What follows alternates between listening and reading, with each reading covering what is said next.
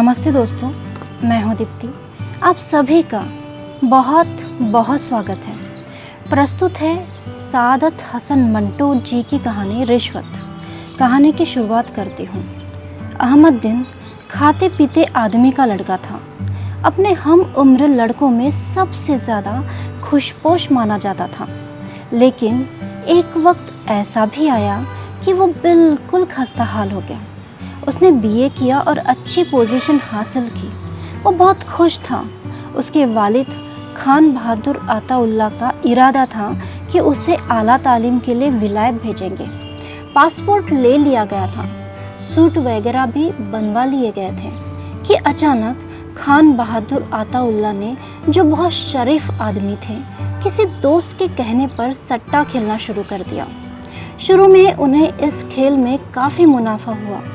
वे बहुत खुश थे कि चलो मेरे बेटे की आला तालीम का खर्च ही निकल आया।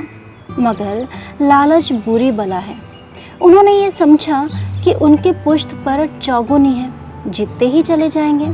उनका वो दोस्त जिसने उनको इस रास्ते पर लगाया था, बार बार उनसे कहता था, खान साहब माशा अल्लाह, आप किस्मत के धनी हैं, मिट्टी में भी हाथ डाले तो सोना बन जाए। और वो इस किस्म की चापलूसियों के ज़रिए खान बहादुर से 100-200 रुपये ऐंठ लेता। खान बहादुर को भी कोई तकलीफ़ महसूस नहीं होती थी, इसलिए कि उन्हें बगैर मेहनत के हज़ारों रुपए मिल रहे थे। अहमद दिन ज़हीन और बाशूर लड़का था। उसने एक दिन अपने बाप से कहा, अब्बा जी, ये आपने जो सट्टाबाजी शुरू की है, माफ़ कीजिएगा, उसका अंजाम अच्छा नहीं होगा। खान बहादुर ने तेज़ लहजे में उससे कहा, बरखुरदार, तुम्हें मेरे कामों में दखल देने की ज़रूरत नहीं होनी चाहिए। मैं जो कुछ कर रहा हूँ ठीक है। जितना रुपया आ रहा है वो मैं अपने साथ कब्र में लेकर नहीं जाऊँगा। ये सब तुम्हारे काम आएगा। अहमद दिन ने बड़ी मासूमियत से पूछा, लेकिन अब्बा जी, ये कब तक आता रहेगा? हो सकता है कल को ये जाने भी लगे। खान बहादुर भिन्ना गए। बको मत, आता ही रहेगा। रुपया आता रहा, लेकिन एक दिन खान बहादुर ने कई हज़ार रुपए की रकम दाव पर लगा दी, लेकिन नतीजा सिफर निकला। 10,000 हाथ से देने पड़े। ताव में आकर उन्होंने 20,000 रुपये का सट्टा खेला।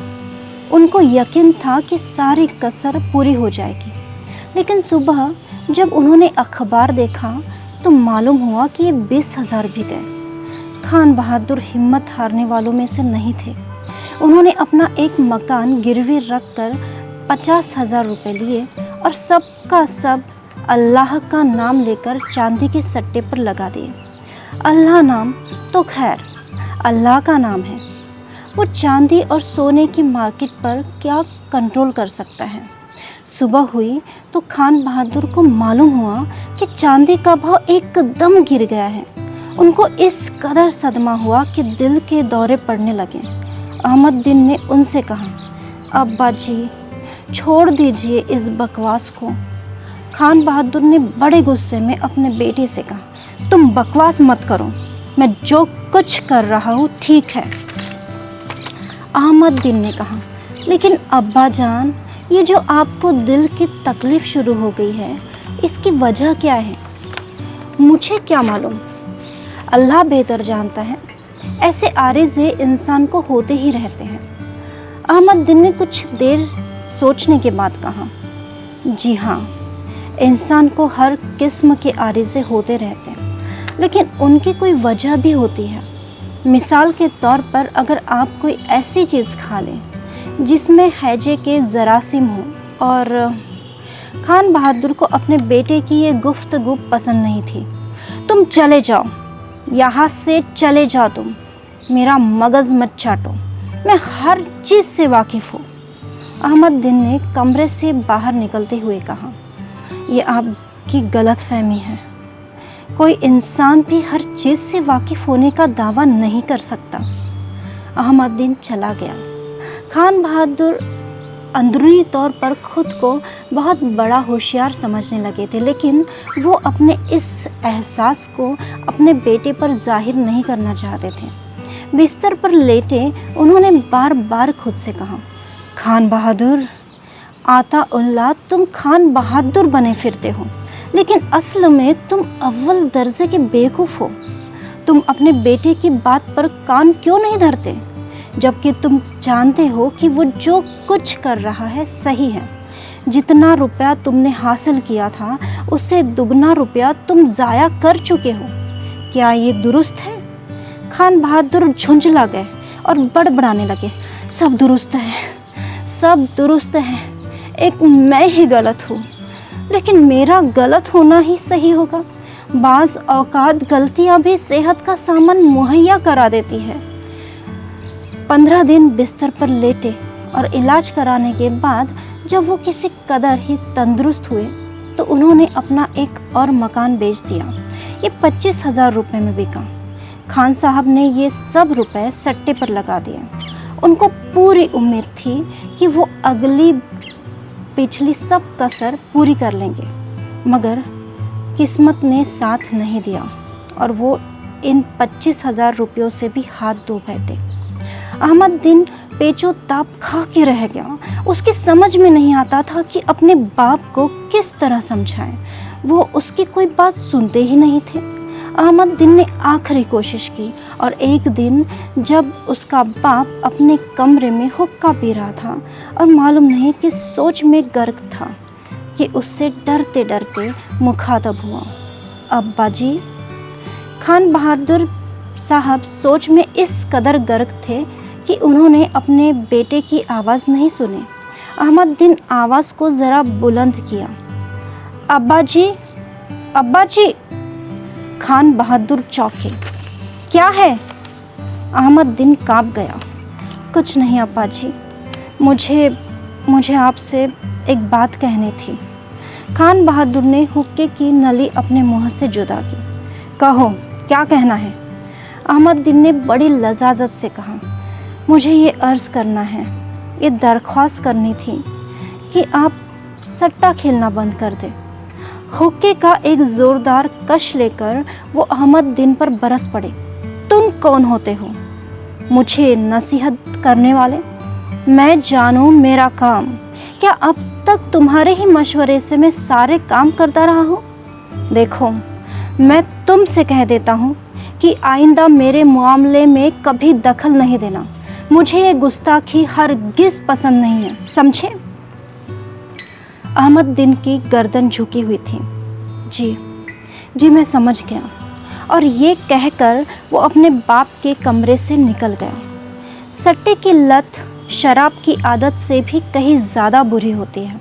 खान बहादुर इसमें कुछ ऐसे गिरफ्तार हुए कि जायदाद सब के सब इस खतरनाक खेल की नज़र हो गई।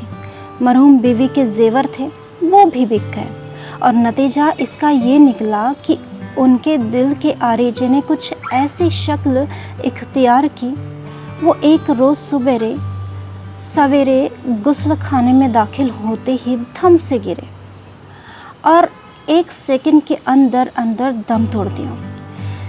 अहमद दिन को जाहिर है कि अपने बाप की वफ़ात का बहुत सदमा हुआ।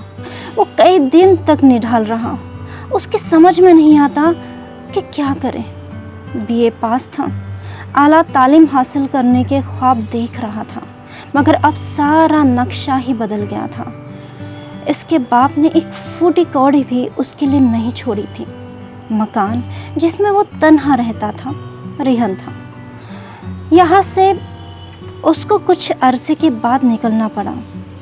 घर की चीज़ें बेचकर उसने 400-500 रुपये हासिल कर लिए और एक गलीज मोहल्ले में कमरा किराए पर ले लिया। मगर 500 रुपये कब तक उसका साथ दे सकते थे? ज़्यादा से ज़्यादा 1 बरस तक बड़ी किफ़ायत शियारी से गुजारा कर लेता, लेकिन उसके बाद क्या होता? अहमद दिन ने सोचा, मुझे मुलाजमत कर लेनी चाहिए, चाहे वो कैसे भी हो। 50-60 रुपये माहवार मिल जाए तो गुजारा हो जाएगा। उसकी माँ को मरे इतने बरस हो गए थे जितने उसको जीते, अहमदुद्दीन ने हालांकि उसकी शक्ल तक नहीं देखी थी, उसको दूध पीना भी नसीब में नहीं हुआ था, फिर भी वो अक्सर उसको याद करके आंसू बहाता रहता।